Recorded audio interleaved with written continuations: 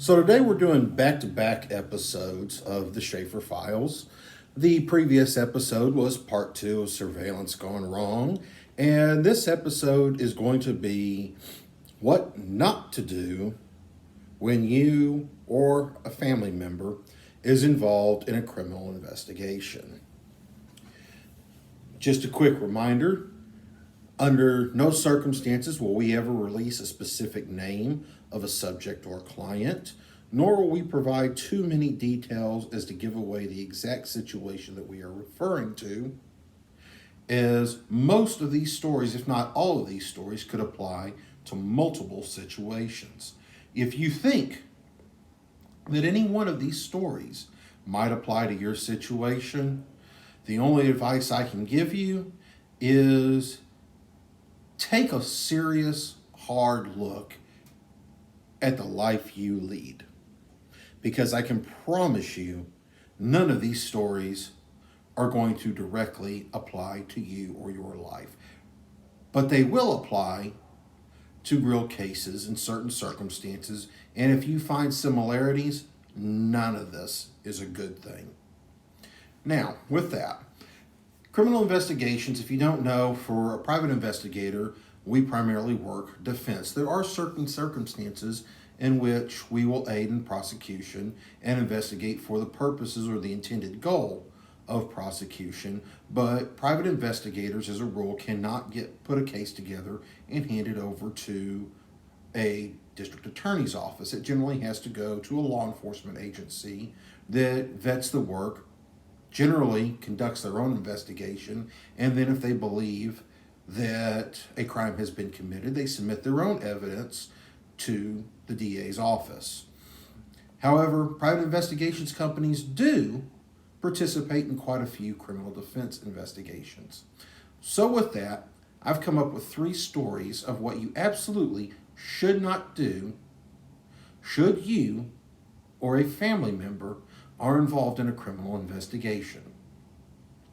Number 1, do not, under any circumstances, run from the police.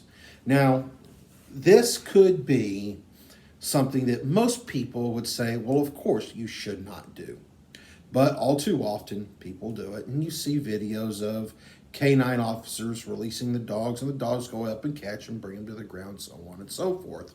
But in this particular instance, this was not an investigation, or a client rather, that we worked for, but it is an investigation that we were involved in. And the individual that took off was a separate defendant. In this particular instance, this defendant was sitting in the back of a squad car with the doors open and was already handcuffed. When he decided to drop down to his feet, body check the officer, and bolt. Where was he running? Nowhere. He ran straight for fences, and there's no possible way he could have cleared the 6 to 8 foot fence with his hands handcuffed behind his back. But nonetheless, he decided in his infinite wisdom, again, to drop out of the squad car onto his feet, body check the officer, and take off running. It was quite hilarious watching the videotape from multiple angles as this guy tried to run away, and the officers chased him down and, of course, brought him to the ground and got him back into the squad car. This time, they belted him in and locked the freaking door. Number 2. Once you're in the squad car, remember, you have a right to remain silent. But as Ron White has said in his stand-up comedy acts, some people have the right to remain silent, they just don't have the ability. I cannot tell you how many times I have seen a video from inside a squad car of an individual that was intoxicated, should have kept his mouth shut after he had been arrested and placed in the back seat of the squad car, but just couldn't or wouldn't. And every single solitary word that he said was picked up by the video cameras inside that squad car and promptly used against him. Finally, and this is going to be a pretty short video, but finally, if you are arrested, or more importantly, if a family member has been arrested and charged with a crime, be very careful about the alibi you attempt to give. I once had a case that required me to check with the accused family members to determine where they were or where he was, and if anybody could provide an alibi for the accused. I shouldn't say my client, even though I almost did, because in those cases, the client actually isn't the accused, but the defense attorney. The accused is, however, the defense attorney's client. At any rate, in this particular instance, I had already conducted a cursory investigation, reviewed the discovery, determined what was stated, and had spoken to at least one relative already who had confirmed his whereabouts at work at the time at hand.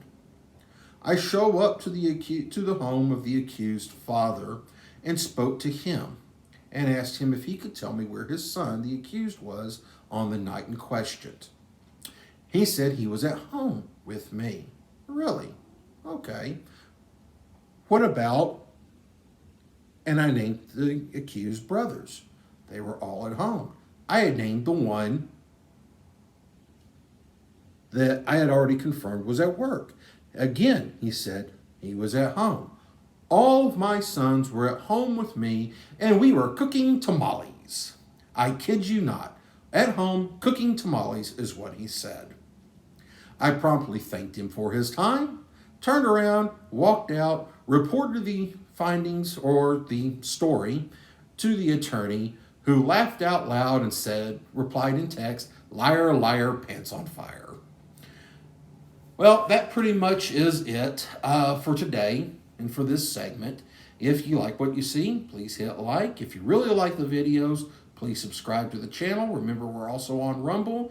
And if at any point you have any questions on an investigation, a story, or would like to consult with us, you can place your questions in the comment box or obtain a free consultation from us by calling 214-785-4504 or emailing us at dave@preferredintelligence.com.